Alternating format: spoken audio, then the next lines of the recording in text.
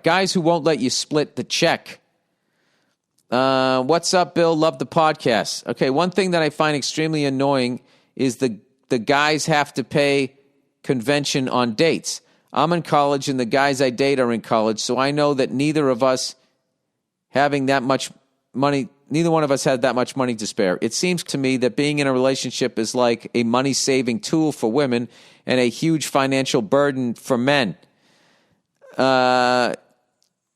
Yeah, I would say that. I think it was that way back in the day because women weren't allowed to work. And then also, once you married a guy, like he could lord over you when you were like his property. So you couldn't even vote. I mean, to try and balance it out somehow is you had to go out and go buy the sarsaparillas. Anyway, some guys are adamant about paying for dates. I always was. Even when you're sincerely offering to split. Parentheses, not some fake, oh my God, no, you don't have to do that bullshit. All right, is this like the coolest chick ever? She wants to pay. She's owning up to the fact that chicks do shit like that. All right, and this is what I wish happened in politics. So they wouldn't be screaming and yelling, where you could just be like, hey, Obama fucking drone bombed some weddings and, he kind of blew the oil companies. Okay, I can definitely give you that. Having said that, this guy Trump's a little out of line here. Then you could actually maybe have a fucking conversation. Instead of screaming at some old lady because she's not wearing a fucking mask. She's going to be dead soon. Just leave her alone. Anyways, which also puts me in a weird spot because it feels like since they bought my meal, now I owe them sex. Yes. Like prostitution, but with food as an intermediate step. All that considered, what do you say to a dude to actually convince him to let you pay for yourself? I don't know what you say, because that's a weird thing. That's got to be a weird thing for a woman where a guy insists to pay, because then you got to be sitting there going like, all right, what do I have on my hands here? Do I have an old school gentleman who's going to take his coat off and let me step on it as he walks over a mud puddle, whatever the fuck that is? Or do I have somebody that's going to be shoving their dick in my face because they paid for my fucking steamed spinach here? I mean, that's a hell of a thing. Hey, this is why I wish more women wrote in on this fucking podcast. Well, Bill, maybe if you didn't trash them every 10 seconds, they'd fucking listen to this shit. Fair enough. Yeah, because that's interesting. That then you're going to be sitting there being like, okay, I'll let you pay for this, but, that doesn't mean, you can take old Hank out in fucking 20 minutes when we're back in your Prius. Yeah, I would tell you this. At this point, the way things are now, I would be terrified as a young guy out there as far as just like, all right, I'll tell you this to all the young guys out there. If you even get a hint of vindictiveness or craziness, you gotta just fucking walk away. Like De Niro in Heat. You just gotta stand up and just fucking walk. I don't know. And then women, I don't know. You got to come up with some sort of fucking. There's got to be some sort of. Well, that doesn't really work if the guy's a monster. I don't know. There's really no solution because human beings, male and female, are just inherently fucking flawed. I will say to women out there, young women out there that are dating and all that shit. There's plenty of fucking dojos out there where you could learn some fucking grappling and jujitsu. I mean, that's my thing. I really think every fucking woman should learn how to do that shit. Then they probably abuse that power too. But, whatever. I'm just saying. Like, you could fucking... when somebody is going to sexually assault you, they got to get in close. All right? So if you're good at fighting on your back and you can put that person in an arm bar and there's no ref to tap out, you fucking blow out his elbow. That's it. Nothing kills a hard-on like a broken fucking arm. Or just put him in a triangle. I mean, I got to tell you, I would think, no matter how much a guy outweighed you, once you, I mean, I shouldn't say that. I should ask Rogan this, but like, at what level belt, okay, does weight class not matter if the other person has no grappling skills whatsoever, has no idea, like, oh, fuck, they just did that, which means in another half a second, I'm going to be in a triangle or an armbar unless I do this. I just think that would put you at like a tremendous, tremendous fucking advantage. That's something I really want to do,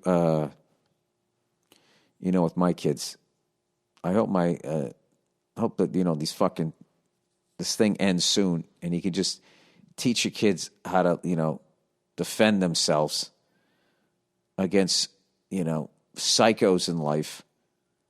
And then you just teach them, like, never abuse this power and all that shit, which I think is part of the dojo's responsibility down there. But I would definitely say that. Okay, hey, now you know how to choke people out. Just don't go fucking walk around choking people out. That's another thing, too. What if you knew your kid was a psycho? Do you then fucking let him learn how to do that?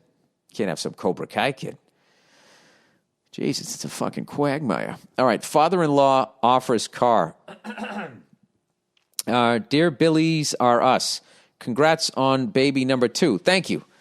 He is amazing, by the way. He is amazing, and watching my daughter interact with him is just one of the coolest things ever. She's head over heels for him. It's so awesome. Anyways, I'm 30 years old and just married the woman of my dreams. Congratulations. She loves the outdoors, is a drop-dead 10, and is in residency to become a surgeon to boot. Dude, you fucking hit the lottery. I work in the nonprofit sector and loved it, but was unfortunately laid off due to COVID. Sorry to hear that. I haven't owned a car for ages because I live in a PNW city with great public transportation. What is a PNW city? What in the fuck does that mean? That, like, I'm supposed to know that? PNW meaning. It says PNW serial killers? Oh, so Pacific Northwest. That's hilarious that I just looked up PNW and immediately said fucking serial killers. All right, Pacific Northwest city with great public transportation and protected bike lanes. Don't worry, I'm a biker who stops at stop signs and I don't wear that silly spandex shit. Dude, I love a bike lane. I wish they actually had them here in LA instead of spray painting bicycles on the street. And like, there's your bike lane. New York City has some great bike lanes where you're on the other side of parked cars. I mean, it's fucking amazing. Jersey barriers and all of that shit. Anyways, my new father-in-law reached out and has offered his 2002 Lexus with 130,000 miles on it for just below Kelly Blue Book value. It's a good deal, but I worry he might hold it over my head in some strange way. We haven't always gotten along for a few reasons. He's an asshole. He talks down to my wife. He believes if you aren't furthering science, you're not really working. Do I buy it? Fuck no.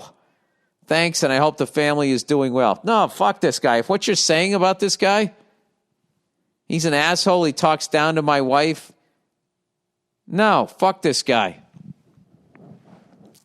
For all you know, this is the type of guy, if what you're saying about him is true, there's something wrong with the car.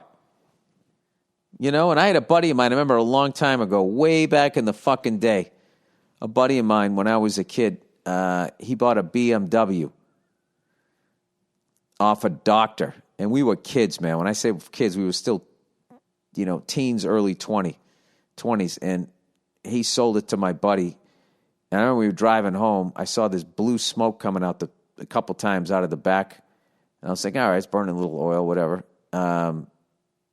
And then all of a sudden, like, it just started sitting weird in the back. And finally, a buddy of ours knew about cars. He put it up on the lift there. And they saw that it had been in a major fucking accident and the frame had been bent. And this guy didn't disclose any of that. So the fact that this guy is a scientist, and it's in defense of him in this time, if you aren't furthering science as far as working on a cure of COVID, I mean, it's probably the most important work right now as far as the world economy goes. But I would not do that. I wouldn't do it. If you got money to buy a used car, I would buy something else somewhere else. Yeah, that's definitely what. Fuck that. You don't want that guy getting in any close. You got to keep a guy like that at arm's distance. I really believe that. You're cordial. You have to respect that is the father of the woman that you're going to marry and all of this shit, or that you married or whatever. You know, so you always got to be respectful. Hello, goodbye, but you don't got to let him in. All right.